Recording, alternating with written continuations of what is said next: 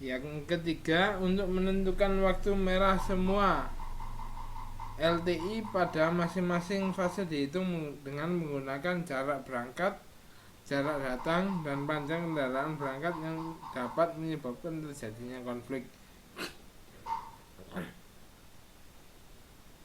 Tahapan perhitungan formulir SIG 3. Yang pertama yaitu mengisi keterangan pendukung sebagaimana formulir SIG 1 ke bagian paling atas pada formulir SIG 3.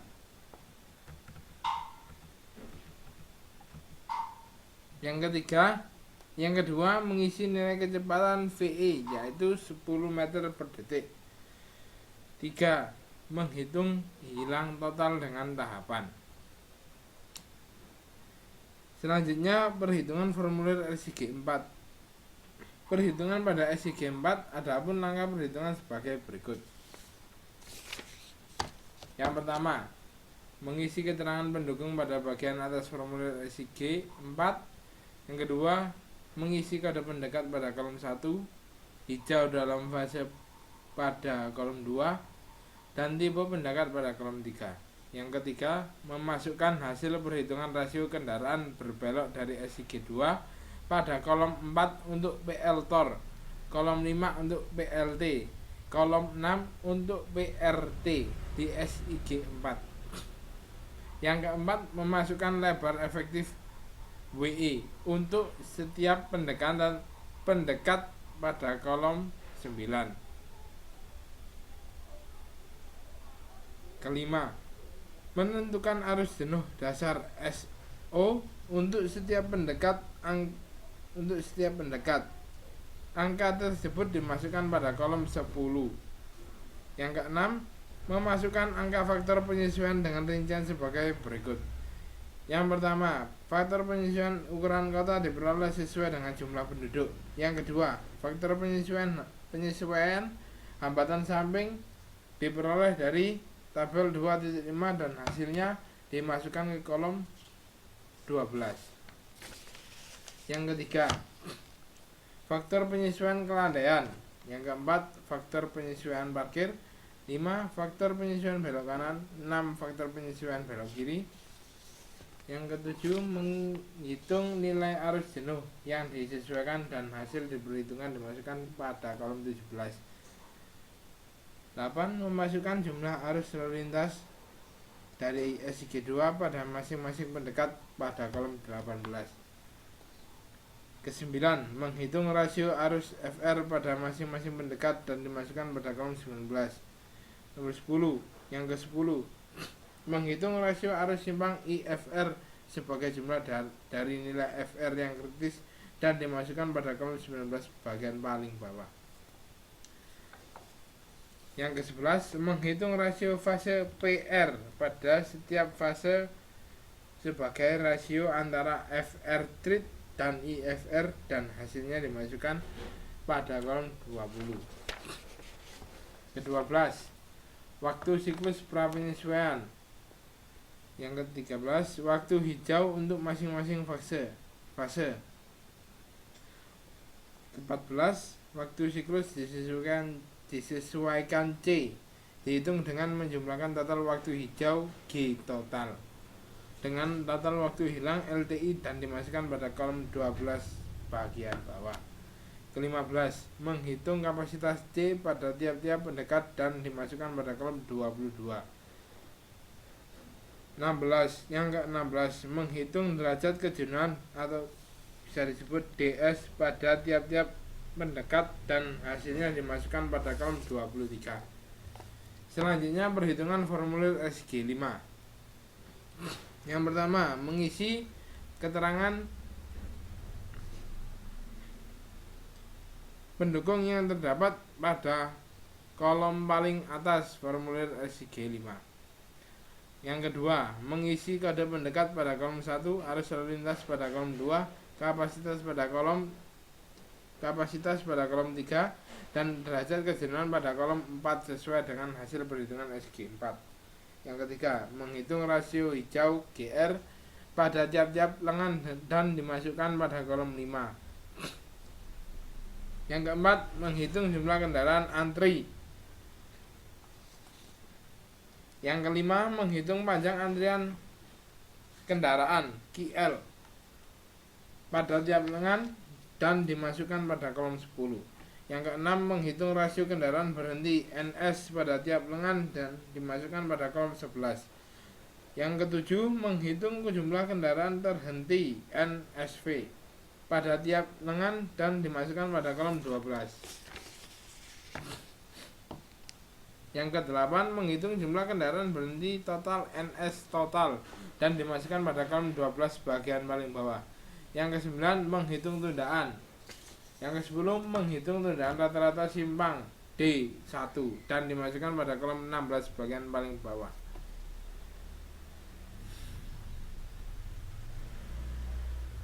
Pembahasan selanjutnya adalah dengan sinyal rencana pertama didapatkan sebagai tabel berikut.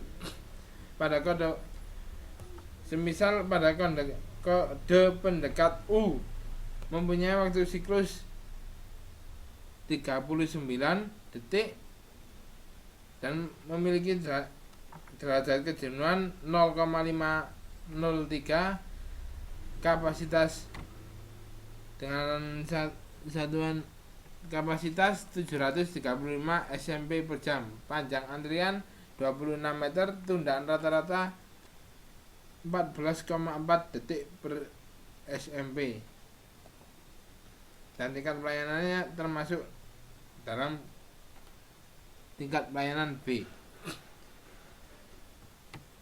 Setelah itu merencanakan dengan umur 5 tahun. Semisal untuk kode pendekat utara, waktu siklus meningkat menjadi 47, derajat kejenuhan meningkat menjadi 0,577, kapasitas SMP juga meningkat sebesar 818 SMP per jam.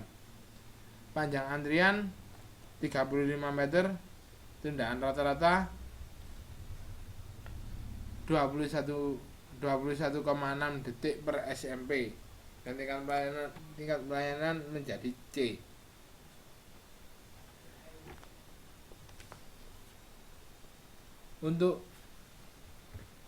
Untuk fase pertama, untuk fase dengan sinyal rencana pertama yaitu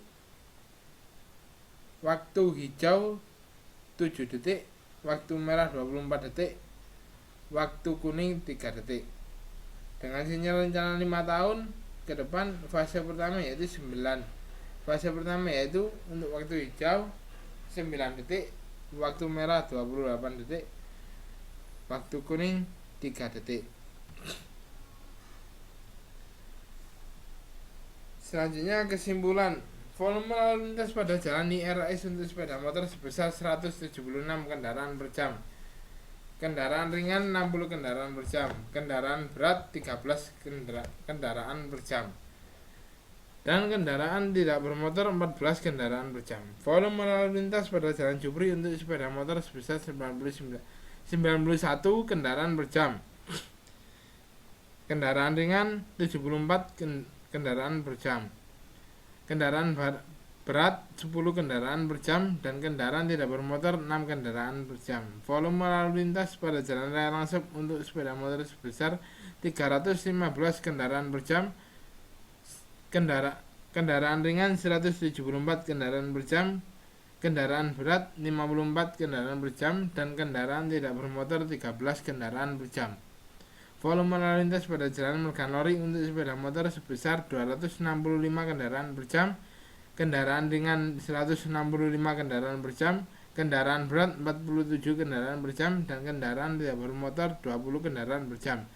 Berdasarkan hasil survei pada jalan Jupri, jalan IRS, jalan Megan Lori, dan jalan raya Langsep diperoleh jam puncak pada pukul 16.45 sampai 17.45 untuk jalan Jupri, pada pukul 16.15 sampai 17.15 untuk jalan IRS, pada pukul 16.30 sampai 17.30 untuk jalan Megan Lori, dan pada pukul 16.15 sampai 17.15 untuk jalan raya Langsep.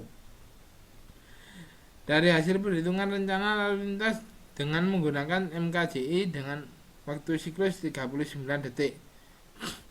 Didapatkan nilai derajat kejenuhan simpang DS sebesar 1,1154 untuk jalan Megan Lori, 0,503 untuk jalan raya Langsep, 0,503 untuk jalan IRAS, dan 0,4505 jalan untuk jalan Jupri.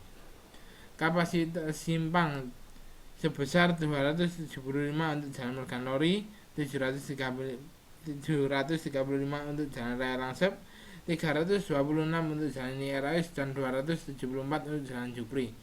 Panjang KL sebesar 297 meter untuk sebesar 297 untuk 61 Megan Lori, 61 meter untuk Megan Lori, 26 meter untuk jalan raya Langsep, 29 meter untuk jalan IRAS, dan 28 untuk jalan Jupri.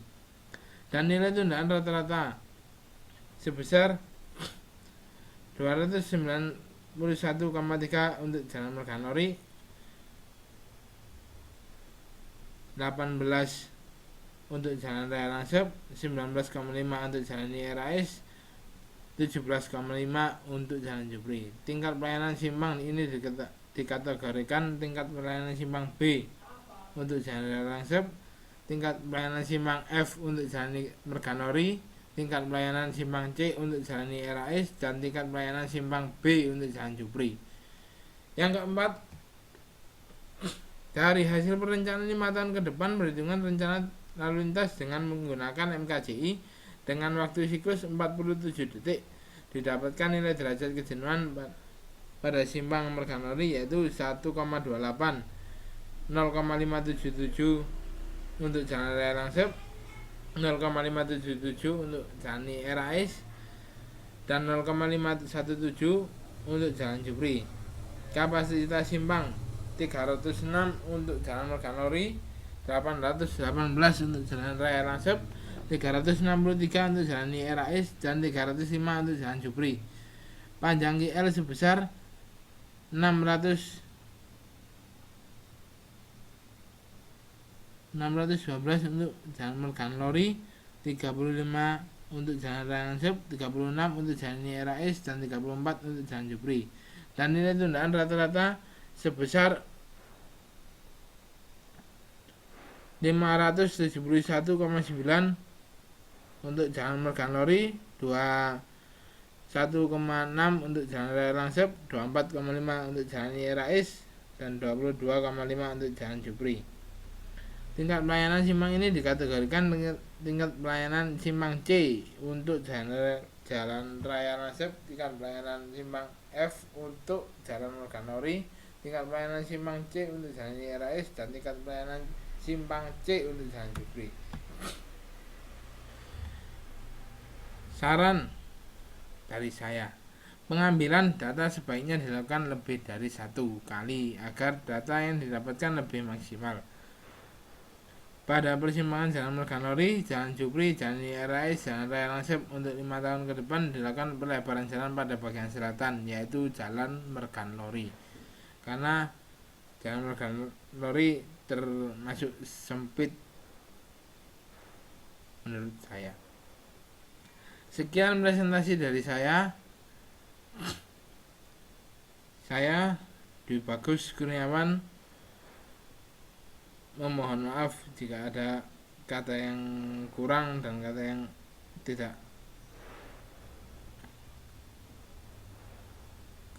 tidak benar. Saya mohon maaf. Wassalamualaikum warahmatullahi wabarakatuh.